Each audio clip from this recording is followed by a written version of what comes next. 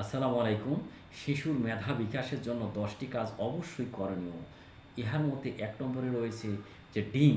ডিম একটা পরিপূর্ণ খাবার। ইহার মধ্যে অনেক উপকারী যে অ্যামাইনো অ্যাসিডগুলো আছে, যা শিশুর মস্তিষ্ক বিকাশ ঘটায়। আবার মাছ ও দুধ, ইহার মধ্যেও অনেক অ্যামাইনো অ্যাসিড, যাহা শিশুর মস্তিষ্ক বিকাশ ঘটাবে।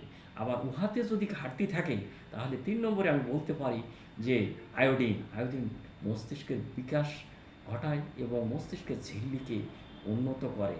তারপরে বলব শিশুর সাথে কথাবার্তা বলা। শিশুর সাথে যদি আপনি কথাবার্তা বলেন, তাহলে উহার মস্তিষ্ক বিকাশে সহায়ক হয় এবং প্রয়োজনে গল্প করা।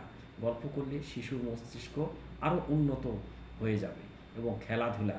খেলাধুলা করার মতো যদি বয়স হয়, তাহলে খেলাধুলা করতে দিলে উপকারী হরমোনগুলো সিক্রেশন হবে এবং মস্তিষ্কেরও বিকাশ হবে। আর পর্যাপ্ত ঘুমানো।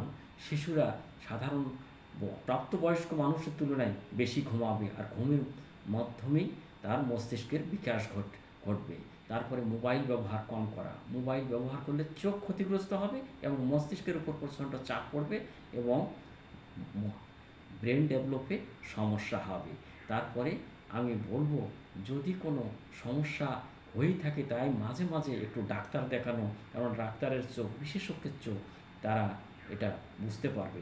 আপনার এই 10টি কাজ করুন এবং শিশুর ভবিষ্যৎ নিশ্চিত করুন। আপনারা ভালো থাকুন, কথাগুলো অন্যকেও শেয়ার করুন, যাতে করে আপনার কারণে তাদেরও জীবনটা, তাদের শিশুর ভবিষ্যৎটা নিশ্চিত হয়।